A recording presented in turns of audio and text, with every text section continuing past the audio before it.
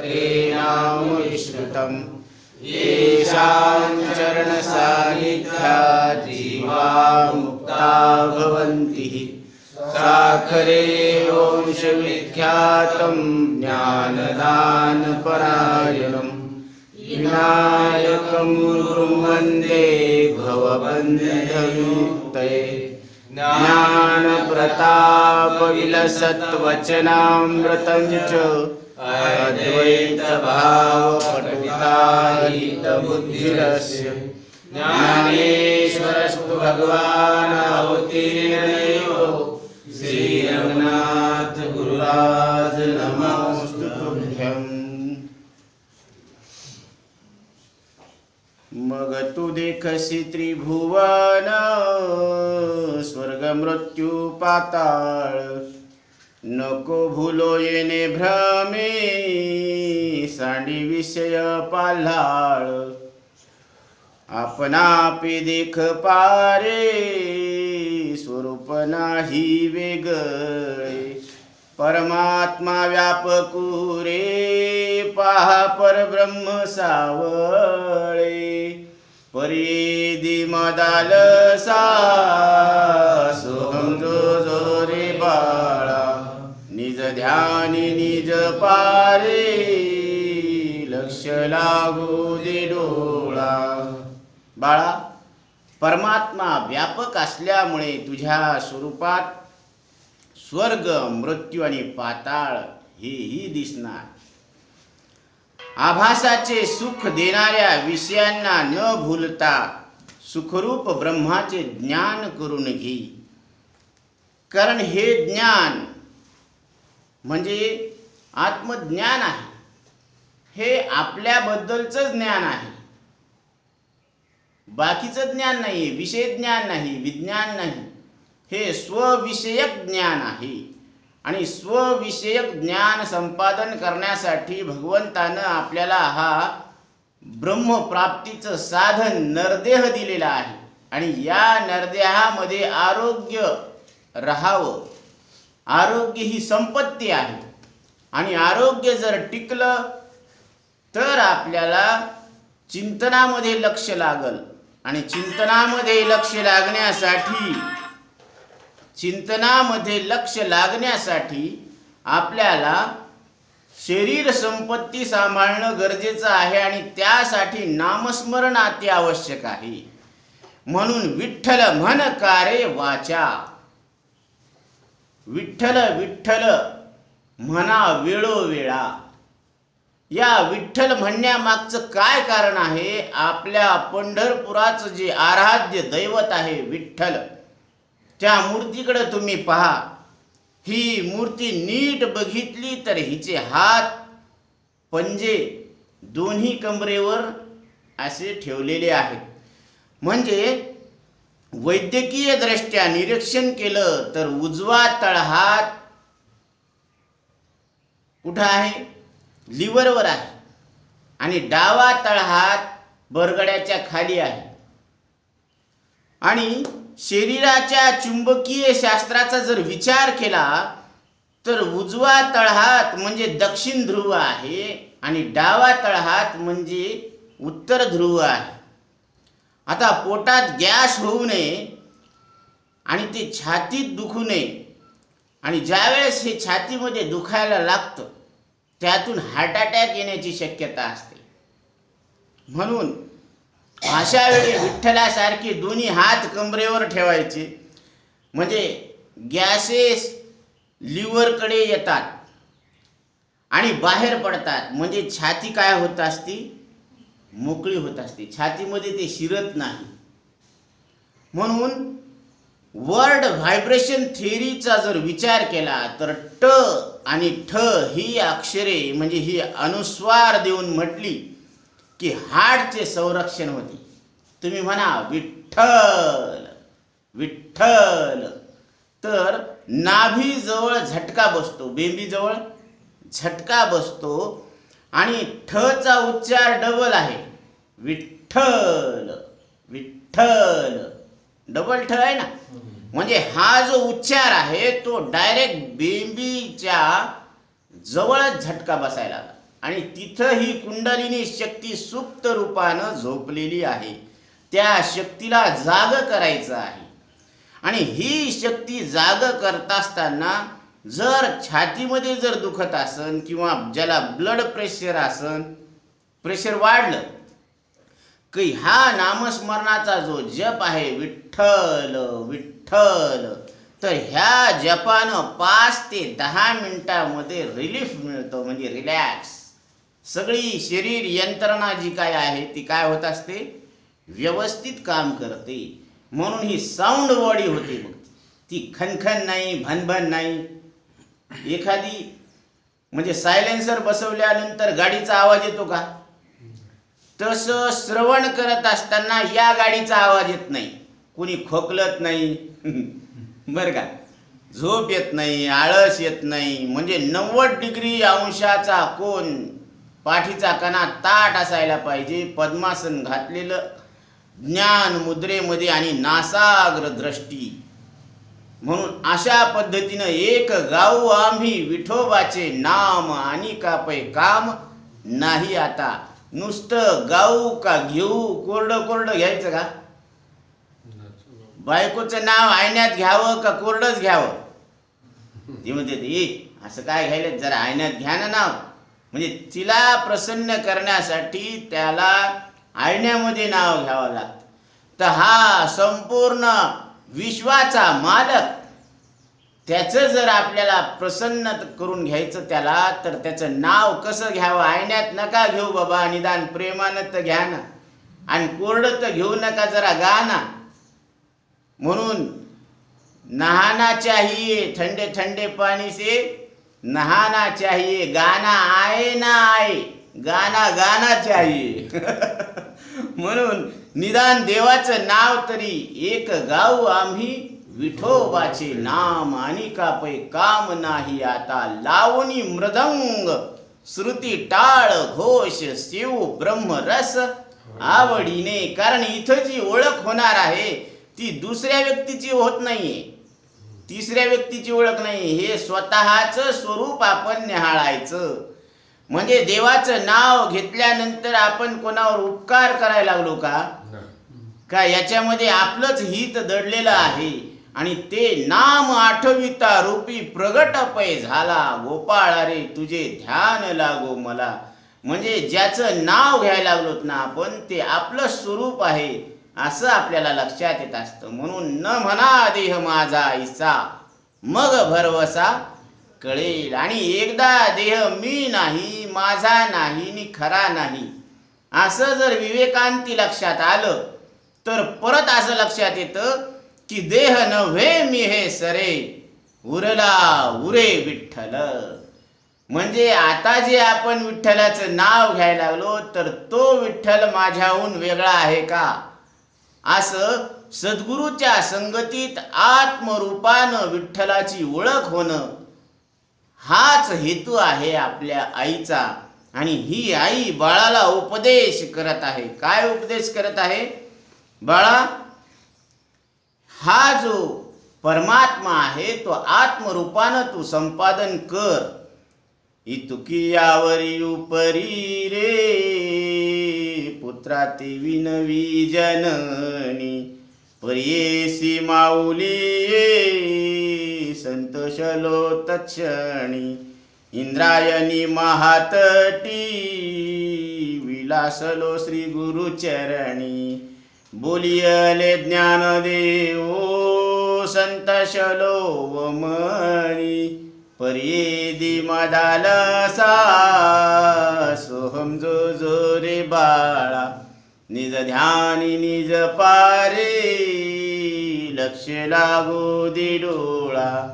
आई तुझ्या उपदेशामुळे मी कृतार्थ झालो, कारण माझ्या अंतःकरणातले संशय विपर्यास हे दूर झाले. कारण संशय अंतःकरणात राहायला नाही पाहिजे. संशयाहुनी थोर अनिक नाही पाप घोर, विनाशाशी वागूर प्राणियासी. मामाची ओळख जोपर्यंत होत नाही तोपर्यंत मामा घरामध्ये ठाण मांडून बसले. आता साहेबाला वाटलं तिचे मामा, हिला वाटलं साहेबाचे मामा. आता मामानं मस्त उधारी केली ना. आता ज्या वेळेस ते म्हणले तुझे मामा किती दिवस राहणार आहे, ते म्हणले माझे, मी समजायली तुमचे आणि हे समजायले तिचे. मग मामानं हे दृश्य पाहिलं. ते म्हणले त्यांनी आपलं गाठोडं बांधलं की निघाले, एक पाय दरवाजात आणि एक पाय दरवाजाच्या बाहेर. ते म्हणले मामा, ते म्हणले आमचं काम संपलं म्हणे, जोपर्यंत ओळखत नाही ना तुम्ही तोपर्यंतच आम्ही मामा. तसं ही माया जोपर्यंत ओळखत नाही तोपर्यंत जीवाच्या ठिकाणी ठाण मांडून बसलेली आहे. माया तेची ब्रह्म, ब्रह्म तेची माया. म्हणून मायाच ब्रह्म आहे आणि ब्रह्मच माया आहे. पण ओळखावं लागतं. ओळखलं तर आवरण घालत नाही आणि नाही ओळखलं तर आवरण तर घातलेलंच आहे. माया विघ्ने भ्रमला खरे, म्हणता मी माझेनी घरे. हे तो संपत्तीचे वारे, साचो कारे जाईल.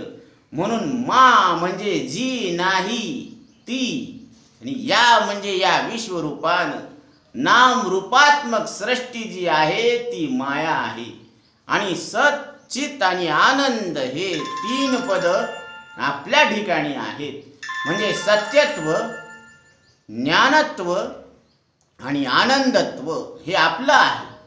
आपण आपल्याला प्रिय आहोत, आपण आपल्याला कळतो आणि आपण पूर्वीचेच आता आहोत असं आपल्या अंतःकरणामध्ये ज्ञान आहे. सांगा, पूर्वी असून आता असण्याचं जे ज्ञान आहे त्या ज्ञानाचा विषय कोण आहे? हे शरीर आहे का?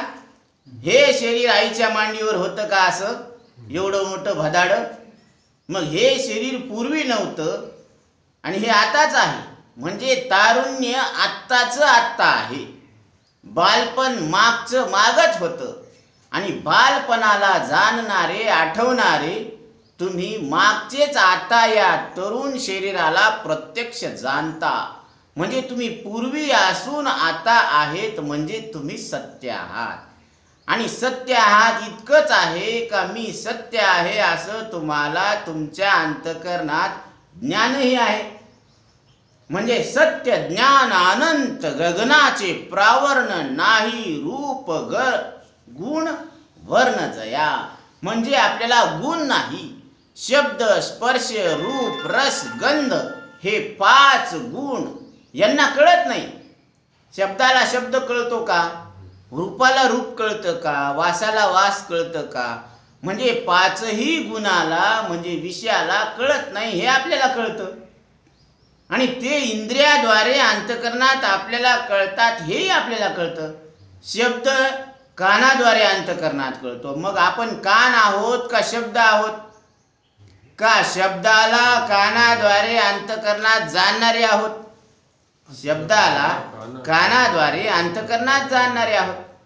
रसाला जिभेद्वारे अंतःकरणात जाणणारे आहोत. स्पर्शाला त्वचेद्वारे अंतःकरणात जाणणारे आहोत. वासाला नाकाद्वारे अंतःकरणात जाणणारे आहोत. रूपाला डोळ्याद्वारे अंतःकरणात जाणणारे आहोत. हीच गोष्ट योग वसिष्ठामध्ये वसिष्ठ ऋषी सांगतात की हे राम, कारण प्रभू रामचंद्रांनी प्रश्न केला, गुरुदेव ब्रह्म कशाला म्हणतात हे मला कृपा करून समजावून सांगा. त्यावेळेस वसिष्ठ ऋषी सांगतात की जो डोळ्याद्वारे रूपाला जाणतो, जो कानाद्वारे शब्दाला जाणतो, जो त्वचेद्वारे स्पर्शाला जाणतो, जो नाकाद्वारे गंधाला जाणतो, जो जिभेद्वारे रसाला जाणतो, ते तत्व ब्रह्म आहे. आणि या इंद्रियाद्वारे विषयाला जाणण्याचा अनुभव तुमच्या अंतःकरणामध्ये आहे आणि त्या ज्ञानाचा विषय तुम्ही आहेत. याचा अर्थ तुम्ही ब्रह्मरूप आहात. ही ओळख आई आपल्या बाळाला द्यायला लागली. ज्ञानोबराय म्हणतात, मी ही इंद्रायणीच्या तीरावर राहणारे श्रीगुरु निवृत्तीनाथ यांच्या उपदेशाने कृतार्थ झालो. माझे श्रीगुरु निवृत्तीनाथ यांनी मला अशा पद्धतीनं बोध केला. साधू बोध झाला, नुरोनिया ठेला. नुरोनिया म्हणजे न उरोनिया ठेला. मी वेगळा नाही ठरलो. गुरु आणि मी दोन आहेत का? नाही. कारण आता जी स्थिती आहे, आता जो अनुभव आहे, तो अनुभव असा आहे की सद्गुरू ब्रह्मरूप आहे आणि मी सुद्धा ब्रह्मरूप आहे. ज्ञानदेव म्हणे निवृत्ती निर्गुण, दिधले संपूर्ण माझे हाती. कारण ब्रह्म कधीही केव्हाही कुठेही निर्गुण परमात्मा आहे आणि ते निर्गुण परमात्मा तुम्ही आहात असा तुमचा अनुभव आहे. कारण तुम्हाला कुठलाच गुण नाही. मग तुम्हाला शब्द आहे का, स्पर्श आहे का, रूप आहे का, रस आहे का, गंध आहे, कुठलाच गुण नाही. म्हणून त्रिगुण आसार, निर्गुण हे सार. हे म्हणजे आत्ता इथं तुम्ही प्रत्यक्ष आहात. म्हणून शरीर, लोक, भोग, शरीर हे तामस सगुण आहेत. प्राण, कर्मेंद्रिय राजस सगुण आहेत आणि ज्ञानेंद्रिय अंतकरण हे सात्विक सगुण आहेत. आणि यांना कळत नाही कारण हे भौतिक आहेत, भूतापासून झालेले आहेत. पंचभूताला कळत नाही, हा आपला अनुभव आहे. म्हणून त्याच्यापासून झालेल्या कार्याला कळल का? मग ते राजसी असो का तामसी असो का सात्विक कार्य असो, पण त्याला कळत नाही. म्हणून त्रिगुण आसार, निर्गुण हे सार. म्हणजे आत्ता इथं आपल्याला कळतं, हा आपला अनुभव आहे, म्हणजे आपण निर्गुण आहोत. आणि निर्गुण हे सार म्हणजे आपण सार आहोत. सार कशाला म्हणायचं? म्हणून सार ते स्वभावता नित्य जाणे. सार म्हणजे जे नित्य आहे त्याला सार म्हणायचं, ज्याचा कधी बदल होत नाही. मग शरीराचा बदल तुम्हाला कळाला, श्वासाचा बदल तुम्हाला कळाला, मनातल्या इच्छेचा बदल तुम्हाला कळाला. मग बदलून कळाला का न बदलून कळाला? न बदलून कळाला. म्हणजे न बदलणं म्हणजे ॲज इट इज कॉन्स्टंट, त्याला कुटस्थ म्हटलेलं आहे. अंतःकरणात ज्याची प्रगटता आहे ना, ती बदलत नाही. आणि जे बदलत नसतं ते मरत नसतं, हा शास्त्राचा नियम आहे. आणि जी वस्तू मरत नसते तिला देव म्हणावं. द्योतनाथ दिव्य, हा ज्याला कळतं त्याला काय म्हणावं? देव म्हणावं. म्हणून अनुभवानं सिद्ध झालं की तुम्ही आम्ही देव, तुम्ही देव आम्ही देव. मध्ये भेव कशाची? कशाची भीती आहे? म्हणून भीतीच नाही. दिले अक्षय अभय दान गा. असं सद्गुरूनं मला अक्षय म्हणजे कधीही न संपणार आणि अभय, ज्या ज्ञानानं माझ्या अंतकरणात मृत्यूची भीती राहिली नाही, असं अभयत्व प्रदान केलेलं आहे. अभयम सत्व संशुद्धीर. भगवान सांगतात की तुझं मन काय कर? अभय कर. म्हणून ज्ञानोबराय सांगतात की मी या माझ्या श्रीगुरु निवृत्तीनाथांच्या उपदेशानं मी कृतार्थ झालो. राम कृष्ण नित्य उदो. राम आणि कृष्ण यांचा नित्य उदो. का उदो? कारण यांचा विजय झालेला आहे. म्हणून देवाचा संसारामध्ये विजय होत असतो, कारण धर्माची विजय होत असते आणि अधर्माचा नाश होत असतो. धर्म की विजय हो, अधर्म का नाश हो. म्हणून जो ज्या वेळेस धर्माला ग्लानी येत असते त्या वेळेस भगवंत या पृथ्वी तलावर अवतार घेत असतो. यदा यदा हि धर्मस्य ग्लानिर्भवति भारत अभ्युत्थानम् अधर्मस्य तदात्मानं सृजाम्यहं धर्म संस्थापनास्थाय संभवामि युगे युगे. आणि अधर्म कोणता आहे की आपण स्वतः ज्ञान स्वरूप असताना स्वतःला मौसमय समजणं, प्राणवान समजणं, बुद्धिमान समजणं, सुखी दुःखी समजणं, पापी पुण्यवान समजणं, कर्ता भोक्ता समजणं, हा अधर्म नाही तर का धर्म आहे का? म्हणून ज्ञानोबराय सांगतात, एथ आत्मा आत्मयाचे ठाई देखिजे देहीचा धर्मो देही ऐसे जाणणे जे पाही आन हाती. अर्जुना, असं स्पष्ट ज्ञान ज्याला आहे असे लाखातून एखादा असतो. म्हणून त्या साधू संताला शरण जावं लागतं आणि मग ते आपल्याला आपल्या स्वरूपाचं स्पष्ट बोध करून देतात. नमो विशद बोध विदग्धा. अशा स्पष्ट बोध करणाऱ्या सद्गुरूला नमस्कार असो. कारण आपल्या अंतकरणातलं जे अज्ञान आहे, जो संशय आहे, जो विपर्यास आहे, या अज्ञानाला जाळून टाकतात. कोणत्या अग्नीनं? विवेकाच्या अग्नीनं. म्हणून स्वप्नीच्या घाया ओखद च्योची धनंजया. स्वप्नामध्ये घाव लागला तर त्याला रामबाण औषध आहे की त्याला जाग करणं. तैसे ज्ञान खड्ग. अज्ञान या मुळा ज्ञानाची खड्ग. या अज्ञानाचा नाश करण्यासाठी ज्ञानाचं शस्त्र तुम्ही वापरा.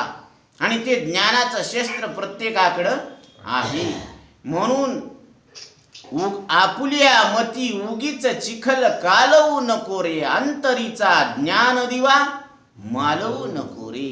अंतकरणात जी ज्योत आहे ना, ती प्रगट राहू द्या, तेवत राहू द्या. कारण हाच विवेक आपल्याला लक्ष्य 84तून पार पाडण्यासाठी शस्त्र आहे.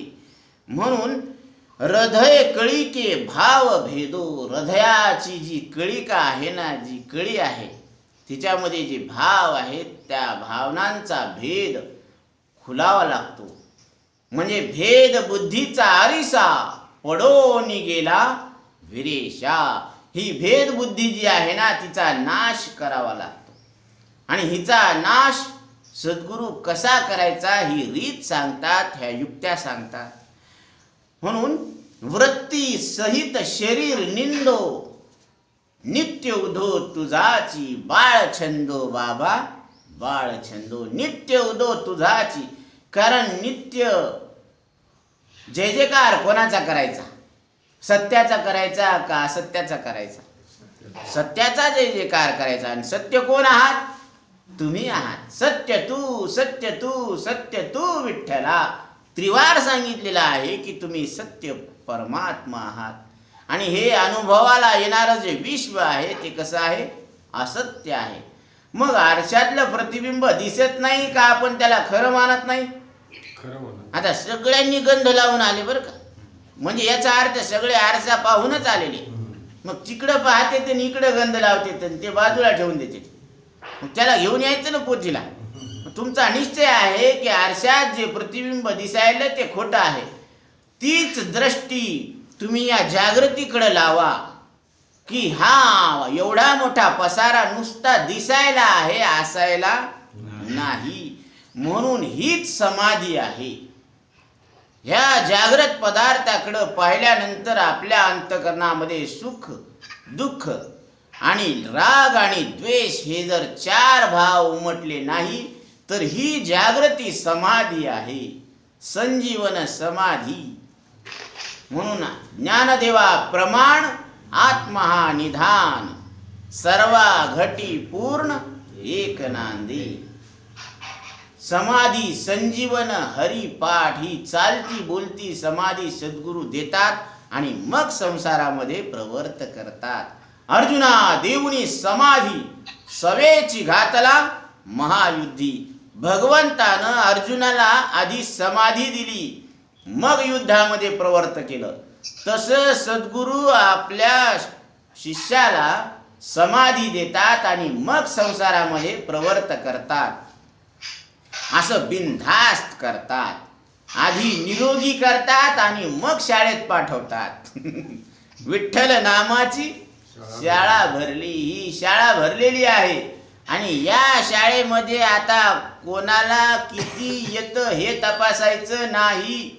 आपली आपण करा सोडवण संसार बंधन तोडा वेगी. म्हणून बाळा तू या पद्धतीनं जागा हो. निदे परवते निदय जने. जागृती गिळोणी जागणे. केले तैसे गुंफणे ज्ञान देव म्हणे. ज्ञानोबा रायांनी आपल्याला असं जाग केलं की आपण जाग झालो पण जागृतीला गिळून जाग झालो. आता जागृती हनुमंतरायानं सूर्यालाच गिळून टाकलं होतं. कोणाला? सूर्याला गिळून टाकलं. त्याला वाटलं इतकं चांगलं फळ आलेलं आहे या आकाशामध्ये, ह्याला झाडच नाही, म्हणजे मुळं नाही, फांद्या नाही, फुलं दिसणं, नुसतं फळच लागलं. तर ते फळ खाण्यासाठी गेले गिळूनच टाकलं. तसं ज्ञानोबा आहे आपल्याला जागृती गिळून जाग व्हायला सांगतात. आता जागृती कशी गिळायची? तुम्ही स्वप्न नाही का गिळलं? आत्ता तुम्ही स्वप्नाला गिळून जागे आहे. आत्ता तुम्ही झोपेला गिळून जागे झालेले आहेत. तसं ही अज्ञानाची निद्रा आहे. कोणती? जागृती म्हणजे अज्ञानातली निद्रा आहे. म्हणजे जाग जरी वाटत असलो आपण तरी झोपलेलो आहोत. कसं काय? कारण आपण आपल्या आत्मस्वरूपावर झोपलेलोच आहोत ना आजही, आणि देहावर आपण. म्हणून बोल बोले अबोले, जागे बाहेर आत निजेले. कैसे घरात घरकुल केले, नेनो अंधार ना उजळलेगा. वासुदेव करीतो फेरा, कोणी काहीतरी दान पुण्य करा. दान द्या हो आम्हाला कोणीतरी. जाब नेदा तरी जातो माघारागा. किती पारदर्शी बोलणं आहे साधू संतांचं, की ते आपल्याला दान मागायला लागलेत की तुम्ही स्वतःला न मरणारे परमात्मा आहे असं समजा, आणि असं समजण्याचं आम्हाला दान द्या. जर तुम्ही काही नाही बोलले तर आम्ही तसंच माघारी जातो. म्हणून आणि हे कोणाला मागायला लागले साधू संत? तुम्हाला, आम्हाला. मग आपण जागे आहोत म्हणल्यावर आपल्याला देव कुठे म्हणलं तर म्हणतात माहित नाही. बरं अज्ञानी म्हणावं तर 500च्या नोटा कर कर कर मोजायला लागले ते. मग अज्ञानी म्हणा तर नोटा मोजायला, तर ज्ञानी म्हणा तर आत्मा कोण आहे तर म्हणे सांगता येईन. मग ह्याला अज्ञानी म्हणावं का ज्ञानी म्हणावं? म्हणजे हे जागे बाहेर आत निजेले. कैसे घरात घरकुल केले. हे घरातच घरकुल केलं. हे कोणतं घरकुल? ते प्रधानमंत्री नाही घरकुल. हे आत घरकुल आहे, सूक्ष्म घर आहे. म्हणून त्या घरामध्ये आपण जागे व्हा. जागृती गिळोणी जागणे. म्हणजे जागृती असतानाच लक्षात घ्यायला पाहिजे की ही खोटी आहे. म्हणजे जागृतीला गिळून टाकलं. असं जाग व्हा. म्हणून जाग रे जाग दादा, मोठी गडद अंधारी. घर ते सामसुम चोर बैसले दारी. कोणता चोर? काळ रूपी चोर बसलेला आहे दाराबाहेर. गाफील निजता गा नील गाठोडी सारी. ही सगळी जी साधन सामुग्री आपल्याला दिली ना, दिले इंद्रिय हातपाय कान डोळे मुख बोलाया वचन जेने तू जोडसी. काय जोडायचं आपल्याला? नारायणने काय जोडत बसले? कवडी कवडी माया जोडी लाख करोड मोठी. चिठ्ठी आई जब जम की खोल गया लंगोटी, यारा खोल गया लंगोटी. म्हणून हे कवडी कवडी माया जोडत बसले. इथंच अनुष्ठान आहे आपलं जास्त. म्हणून गुरुजी सांगायचे, रंगनाथ महाराज परभणीकर, गुरुवर्य बापूराव महाराज परतूरकर सांगत असतील की दुकानदाराचं अनुष्ठान जास्त आहे पण फल मृत्यू आहे. काही नाही, कसं नाही, फल मृत्यू आहे. म्हणून आपण चिंतन श्रवण करतो वेदांताचं, मनन करतो संसाराचं, म्हणून साक्षात्कार होतो दुःखाचा. कशाचा साक्षात्कार होतो आपल्याला? दुःखाचा. श्रवण कशाचं करतो आपण? वेदांत शास्त्राचं. आणि मनन कशाचं करतो? संसाराचं. हा, म्हणजे कोणाचे किती आले, कोणाचे किती, अरे आले गेले, असे किती आले किती गेले, उपजले मेले ऐसे किती. कोणता हिशोब ध्यानात घ्यायचा मग? की हा प्राप्त असलेला नरदेह याच्यातलं आयुष्य कमी व्हायला लागलं, वाढायला का कमी व्हायला? मग वाढदिवस आहे का घडदिवस आहे? पण आता सगळेच म्हणायला लागलेत की वाढदिवस आहे म्हणल्यावर घडदिवस कोणी म्हणावं? सगळ्यांनीच घेतलेली आहे, सगळ्यालाच चढलेली आहे, सगळेच झुलायला लागले. तर कोण कोणाला क्रॉस करण की तुम्ही घेतली आणि तुम्हाला चढली म्हणून? मेजॉरिटी कॅरीज दिला. जिकडं बहुमत आहे त्याचं सरकार स्थापन होणार आहे.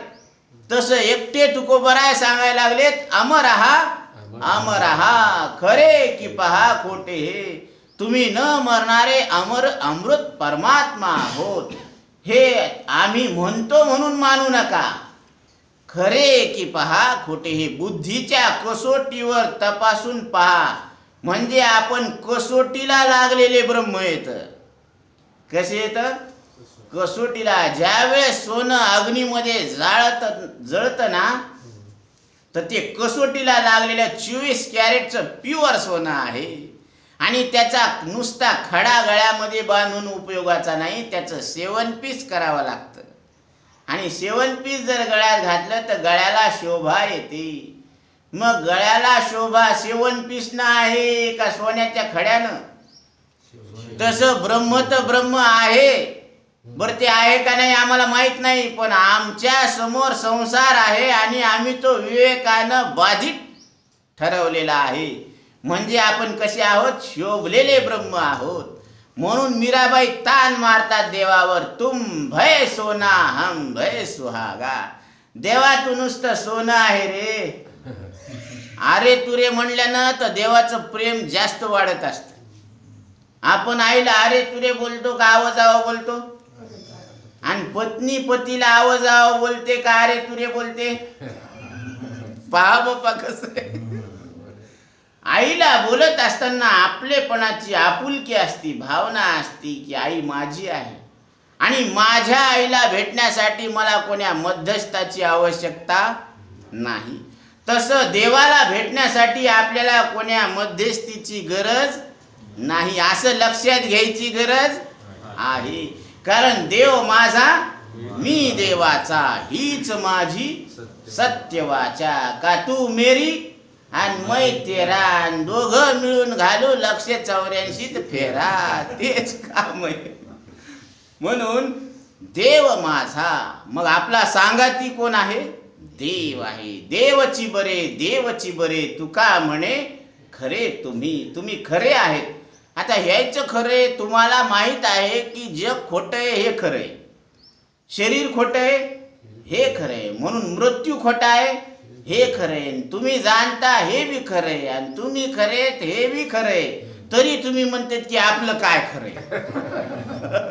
तुका म्हणे तूची खरा, हेर वावगा पसारा. बाकीचा सगळा काय आहे? पसारा आहे. म्हणून आता मी तू या उपाधी, आता तू आणि मी ही जी उपाधी लागलेली आहे ना चांगदेवा, तर ह्या दोन्ही उपाधी सोडा. कारण ग्रासुनी नुसदी भेटी हे ग्रासून टाकायचं. मी तू पणाची झाली बोळवण, एका जनार्दनी श्री दत्त ध्यान. ते भोगिली अनुवादी आळू माळू. म्हणजे घोळू घोळू आपण काय करायचं? हे मी आणि तू पणा सोडून, स्वरूप तर एकच आहे ना. आता तुमची उपाधी मोठी आहे, आमची उपाधी लहान आहे. पण लहान मोठा ज्या उपाधीमध्ये भेद आहे ना, ती उपाधी खोटी आहे. आणि उपाधी खोटी असल्यामुळं लहान मोठेपणाचा भेद सुद्धा खोटा आहे. खोटा भेद आहे म्हणजे वास्तविक अभेद आहे. पती पत्नीमध्ये भेद दिसतो पण नसतो, आणि भाऊ बहिणीमध्ये भेद दिसत नाही पण असतो. अभेद दिसतो पण भेद असतो. आणि पती पत्नीमध्ये भेद दिसतो पण अभेद असतो. मग हे भेदात अभेदाचा निश्चय आपल्याला करता येतो का नाही? येतो ना, केला ना. म्हणून इथं सुद्धा तसंच करायचं. दिसतो भेद पण निश्चय करायचा अभेदाचा. मग सगळ्या शरीरामध्ये श्वास कसा आहे? एकच आहे ना. का गरिबाच्या शरीरामध्ये हलका श्वास आहे आणि शेठजीच्या शरीरामध्ये भारी श्वास आहे? असं काही का? त्याच्यामध्ये सुद्धा डिग्री आहे का? High higher highest, low lower lowest, असं काहीच नाही ना. डुकराच्या शरीरामध्ये तोच श्वास आहे, तीच हवा आहे, तीच इंद्रादेवाच्या शरीरामध्ये आहे, तीच तुमच्या आमच्या शरीरामध्ये. म्हणजे वारा कसा आहे? एकच आहे ना. मग जर वारा एक आहे तर सगळ्याच्या अंतःकरणात जे प्रगट चैतन्य आहे ते कसं आहे?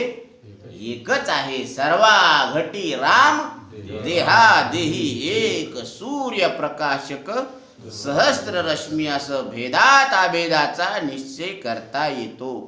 म्हणून इथं आई सांगते, श्री गुरुदेवराया प्रणिपा तुझो माझा, अनादि मूळ तुची विश्वव्यापका बीजा, समाधी घेई पुत्रा स्वानंदा भोजा, पालखी पहुडली या नाशिवंत रे माया, परेदी मदालसा सोहम जो जो रे बाळा, निज ध्यानी निज पारे लक्ष लागू दे डोळा.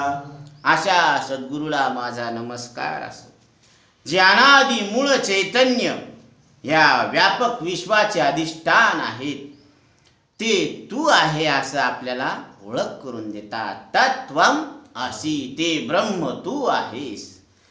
म्हणून अशी स्वानंदाची समाधी देतात. आपल्याला काय करतात? ते समाधी देतात. का असं मोकळं सोडतात? आधी समाधी देतात आपल्याला. आणि त्या पालखीमध्ये जागृती गिळून पहुडल्यावर माया राहतच नसते, तिचा नाश होतो. म्हणून माया ब्रह्मरूप होत असते. सूर्य उगवल्यावर अंधारच प्रकाश होत असतो. का अंधार कुठं जातो गावाला? है तेरी रोशनी में वो दम, तो अमावस को कर दे पूनम. म्हणजे अंधारच काय होत असतो? प्रकाश. अज्ञानच ज्ञान होत असतं. ज्ञान ते स्वरूपे होऊन ठाके. अज्ञान अवघे हरपे, विज्ञान निशेष करपे. मग ज्ञान ते स्वरूपे होऊन ठाके. मग तो ज्ञान स्वरूप आहे असं त्याच्या लक्षात येतं. म्हणजे तो आपल्या स्वरूपावर जागा होतो. अशी जागृती आपल्याला सद्गुरू देत असतात.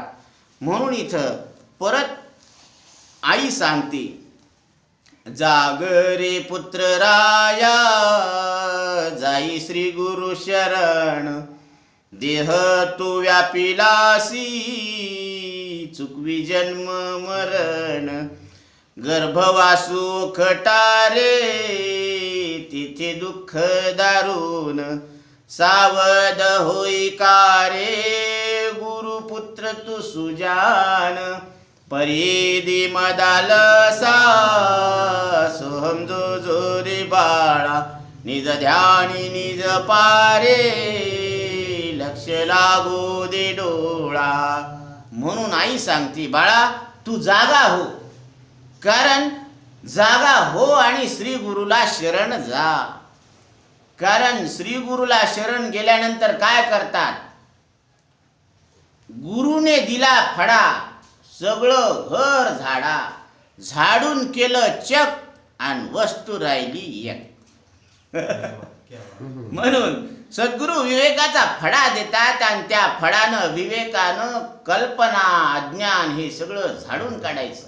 आणि मग त्या घरामध्ये काय राहते? घर चक होते आणि वस्तू एक राहते. म्हणजे एकम अद्वितीयम ब्रह्म पाही आणि दुसरे काही नाही. एकम अद्वितीयम ब्रह्म नेह नानास्ति किंचन. म्हणजे दुसरी वस्तूच नाही तिथं, फक्त एक रूप असलेला परमात्मा एका जनार्दनी एकपणे उभा चैतन्याची शोभा शोभत असे. म्हणून बाळा या अज्ञानाच्या झोपेतून जागा हो, श्री गुरुला शरण जा. तू या देहाचा द्रष्टा आहेस. या निश्चयाने जन्म मरण खोटे ठरव. जन्म मरण खोटं ठरवायचे ही आपल्यावर जबाबदारी आहे. कारण ह्या गर्भवासामध्ये भयानक दुःख भोगलेले आहे. तू सद्गुरु पुत्र जाणता आहेस. तू आता निंता राहिलेला नाही. म्हणून सावध हो, जागा हो, जाणता हो. म्हणजे तुम्ही जाणता राजा आहात. कोणते राजे? जाणता राजा. राजा चक्रवर्ती निजेला सुमन सेजेवरी, तो स्वप्नी होनी भिकारी जात्यंदा घरी भीक मागे. तो एक गुटका यावया हाता निचासी म्हणे रे तू राजा धन्य तत्वता. काय कमाल आहे. राजा चक्रवर्ती. चक्रवर्ती म्हणजे मांडलिक नव्हे, त्याने सगळ्याला मांडलिक केलेला आहे. सार्वभौम सत्ता आता त्याची आहे. म्हणजे तुम्ही या पूर्ण विश्वाचे राजे आहात. आपल्याला काय वाटतं, आपण नुसते घराचेच मालक आहेत का ब्रह्मांडाचे मालक आहेत? अनंत कोटी ब्रह्मांड नायक राजाधिराज योगीराज कोण? तुम्ही. ते दुसऱ्याचाच जे कार्य करत करत बसले हे तुम्ही आहात बाबा. सद्गुरू सांगायला लागलेत की तुम्ही या विश्वाचे मालक आहात. बरं का मालक? आपल्याला वाटतं आपण नुसते घराचेच मालक. म्हणून संकोचोनी कार्य झालासी लहान घेई आपोषण ब्रह्मांडाची. तुम्ही या ब्रह्मांडाचे मालक आहात हे ध्यानात घ्या. कारण ब्रह्मांडच खोट आहे तर मालकपणा कसा आहे? खोटाच आहे. तुम्हाला वाटायला कस काय म्हणावं मालक आपण? आता ब्रह्मांडच खोट आहे मग मालकपणा कसा झाला? स्वप्नामध्ये तुम्ही मालक ब्रह्मांडाचे आणि स्वप्नच खोट, मग मालकी कशी आली? मग खोटी मालकी चलत नाही काय? चलती ना दाटू मुठीची. हा तसं चलू द्यायचं. मग तसं हा ह्याच्यात तर मजा आहे. मग ऍक्टिंग करण्यात मजा आहे का रिअल फॅक्ट मध्ये मजा आहे? ऍक्टिंग मध्ये मजा आहे. कारण न होणार ते होता येतं तिथं. कुठं? ऍक्टिंग मध्ये. म्हणून ह्या संसारामध्ये काय करायचं? फक्त ऍक्टिंग करायची. म्हणजे साक्षी भाव ठेवायचा. सगळ्या घरातल्या सदस्यांना दाखवायचं की मी तुमचा आहे. पण देवाला सांगायचं देवा मला यायच्या समोर ऍक्टिंग करावं लागते बरं का की मी तुझा आहे म्हणून. पण खरं सांगू का ही अंदर की बात आहे, तू माझा आहे मी तुझा आहे असा भाव ठेवा. सद्गुरूला शरण जा. आणि पंचीकरणामध्ये श्री राम गुरु सांगतात जन्म मरण देहने कहे.